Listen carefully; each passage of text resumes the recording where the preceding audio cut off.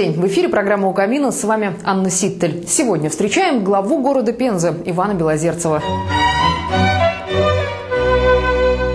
Добрый день, Иван Александрович. Спасибо, что пришли. Спасибо, что приняли приглашение на это интервью. Добрый день.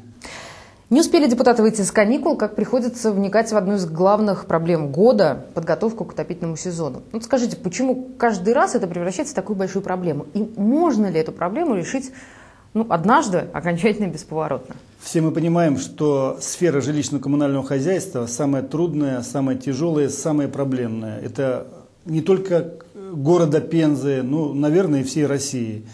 Поэтому решить одним махом просто не представляется возможным. Но, тем не менее, ежегодно мы выделяем денежные средства на подготовку города к зиме, на ремонт котелен, на ремонт сетей. И проводим эту работу до начала отопительного сезона. Вот по состоянию на сегодняшний день город на 94% готов к отопительному сезону. Я надеюсь, что в оставшиеся дни мы примем все меры к тому, чтобы тепло было дано вовремя. Понятно, что все будет зависеть от погоды, но по планам, когда должно поступить тепло в дом? Там есть погодные условия, согласно нормативов, что в течение 5-6 дней температура окружающей среды должна быть соответствующей, плюс 6-8 градусов. После этого должны запустить отопление. Но принято решение, что уже сейчас идет заполнение сетей в городе Пензе. Для этого нужно дней 10-15, чтобы выйти на нормальный режим. И мы почувствуем, мы не будем ждать этих нормативов, мы почувствуем, что нужно будет запускать отопление, мы его дадим во все дома. В первую очередь, конечно, это родильные дома, детские больницы, поликлиники, школы, учреждения культуры, безусловно, жилые дома. Иван Александрович, давайте подведем итоги проекта «Новые дороги городов России». Многое удалось по этой программе сделать в Пензе? Как вы помните, что на эти цели было выделено 414 миллионов рублей. Сумма очень большая. За последние годы таких средств нам не выделялось. Телезрители вашего канала неоднократно наблюдали за тем, как идет освоение этих денежных средств, как идет асфальтировка дорог, тротуаров. И самое приятное то, что жители сами принимали участие и осуществляли контроль за качеством ремонт этих дорог. Многие жители и звонили тогда, когда некачественно делали. Мы старались выезжать на место и принимать меры. В целом сделано очень много в городе, хотя проблемные моменты есть, хотя некачественный ремонт был, он еще остается, и мы заставляем подрядчиков сегодня исправлять те недоделки, которые они сделали в ходе этого ремонта. Процент выполнения этой программы постоянно на сегодняшний день составляет 85%. Мы надеемся, что за оставшиеся 15, максимум 20 дней мы программу завершим полностью. В Пензе строятся детские сады. О том, что работа в этом направлении ведется хорошо, знают и в Москве, и в других регионах. Пензу всегда приводят как хороший пример.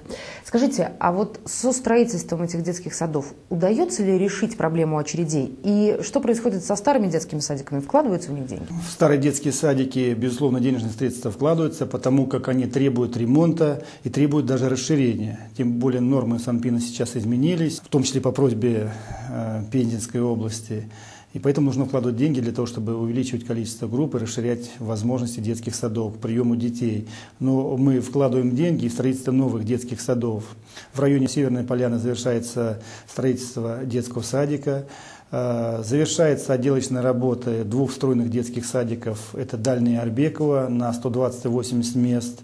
И мы надеемся, к концу года, в начале января мы в любом случае эти садики, детские садики откроем. На улице Мира тоже детский садик мы приводим сейчас в порядок полностью. На эти цели выделены денежные средства. И мы надеемся до конца года на 250 мест мы этот детский садик капитально отремонтируем, и туда он примет наших детей. Кроме всего прочего, на базе муниципальных школ мы сейчас практику такую стали осуществлять в районе улицы Тепличная, это в районе кардиологического центра и в районе совхоза «Заря». Мы образуем дополнительные группы на базе муниципальных учреждений. Они только образуются или уже работают? Они уже начинают работать. В каждой группе по 20 человек, это в школе 40 человек, это будет большой плюс. И по другим школам уже тоже мы работаем в этом направлении. Поэтому, безусловно, очередь уменьшается, и люди это приветствуют. А как в Пензе протекает процесс модернизации здравоохранения? Ну вот, допустим, с начала года. Неоднократно мы информировали жителей города Пензы о том, что выделяются большие денежные средства на модернизацию здравоохранения, закупается новейшее современное оборудование в областные больницы, наши муниципальные больницы. Под это оборудование готовятся помещения. Значит, мы выделяем из муниципального бюджета денежные средства. Открываем амбулатории врачей общей практики. 9 амбулаторий врачей общей практики мы, значит, откроем в этом году. В целом 9. И все это делается для людей. Для того, чтобы люди могли получить качественное медицинское, значит, обеспечение. Депутаты Пензенской городской думы до конца года еще не раз соберутся на сессии. Вот какие законопроекты планируется рассмотреть в приоритетном порядке?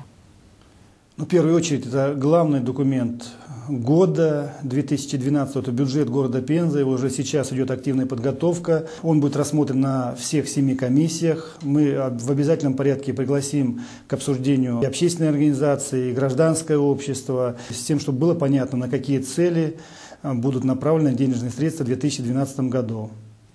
А вот что это за инициатива такая об изменении порядка оплаты за лифт? Вот расскажите, пожалуйста, подробнее. По существующему жилищному кодексу сегодня люди платят за лифт с квадратного метра.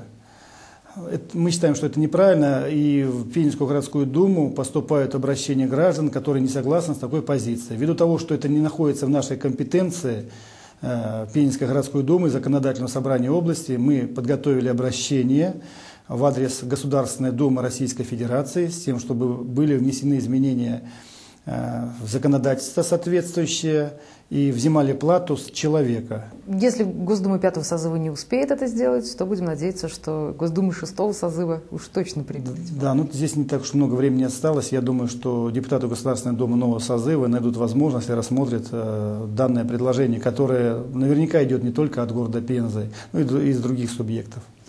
И как председатель Пензенской городской думы, дайте оценку деятельности, работе депутатского корпуса вашего. Депутаты активны, инициативны в своей работе?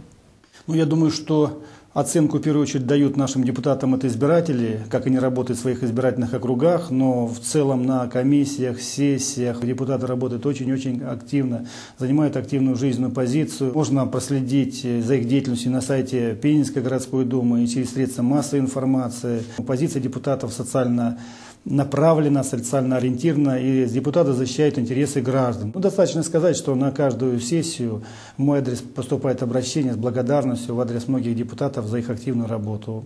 Я это только приветствую.